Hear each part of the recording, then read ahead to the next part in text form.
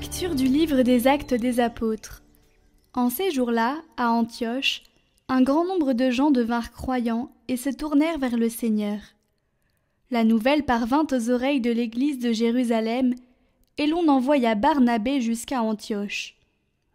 À son arrivée, voyant la grâce de Dieu à l'œuvre, il fut dans la joie.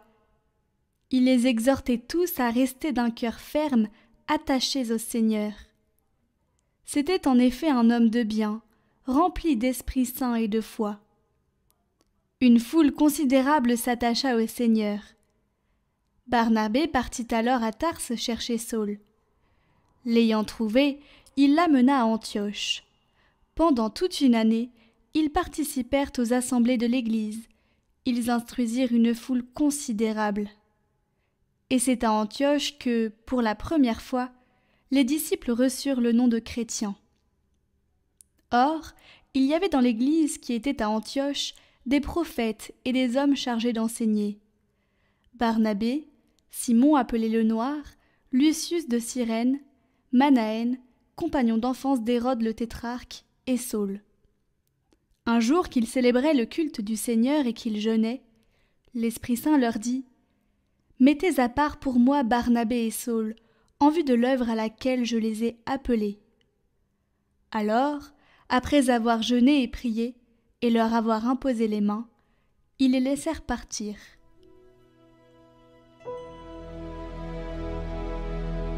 Tu es saint, Seigneur notre Dieu. Exaltez le Seigneur notre Dieu. Prosternez-vous au pied de son trône, car il est saint. Moïse et le prêtre Aaron, Samuel, le suppliant tous, ils suppliaient le Seigneur, et lui leur répondait. Dans la colonne de nuée, il parlait avec eux. Ils ont gardé ses volontés, les lois qu'il leur donna. Seigneur notre Dieu, tu leur as répondu. Avec eux, tu restais un Dieu patient, mais tu les punissais pour leurs fautes. Exaltez le Seigneur notre Dieu. Prosternez-vous devant sa sainte montagne, car il est saint, le Seigneur notre Dieu.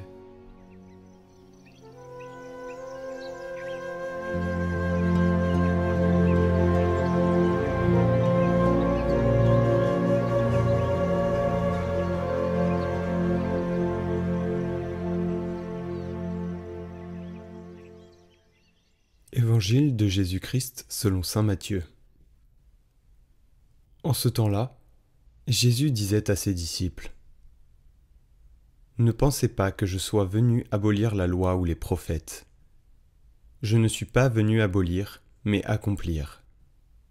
Amen, je vous le dis, avant que le ciel et la terre disparaissent, pas un seul iota, pas un seul trait ne disparaîtra de la loi, jusqu'à ce que tout se réalise. Donc, celui qui rejettera un seul de ces plus petits commandements et qui enseignera aux hommes à faire ainsi, sera déclaré le plus petit dans le royaume des cieux.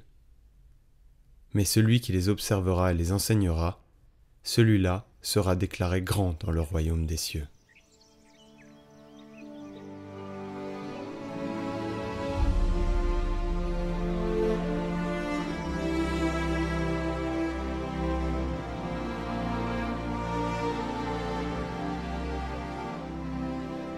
L'Église naît quand les cœurs s'ouvrent.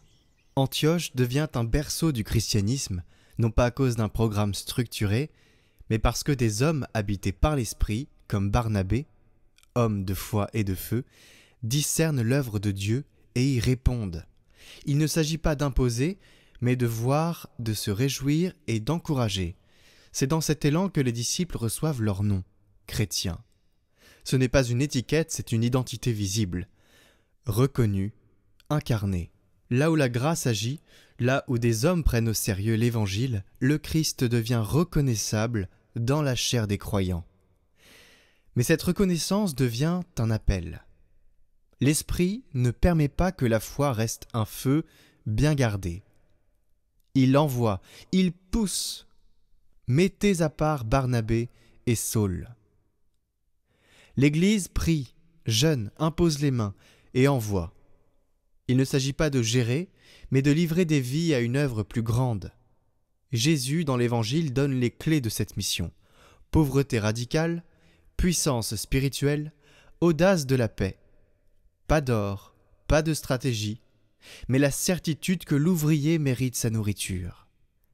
Car ce ne sont pas des techniques qui convertissent, c'est une vie livrée, joyeuse et dépouillée, qui manifeste que le royaume est déjà là.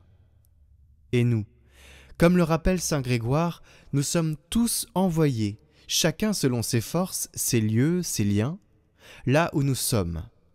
Nos gestes, nos paroles, notre manière d'aimer et de vivre peuvent porter en eux l'Évangile.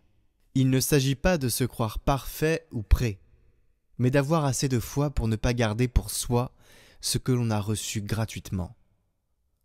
L'évangélisation ne commence pas par des discours, mais par un regard, une invitation, une fidélité dans le quotidien.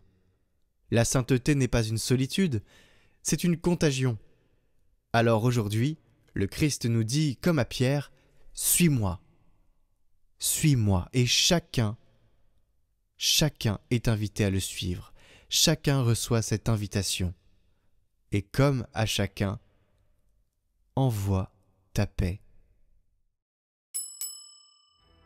Êtes-vous allé voir Noctilus, le nouveau format catoclade d'interview qui dure environ 1 heure? La première est sur Carlo Acutis, ce saint où on en fait peut-être un peu trop, n'est-ce pas? En tout cas, c'était ce que je me disais juste avant l'interview.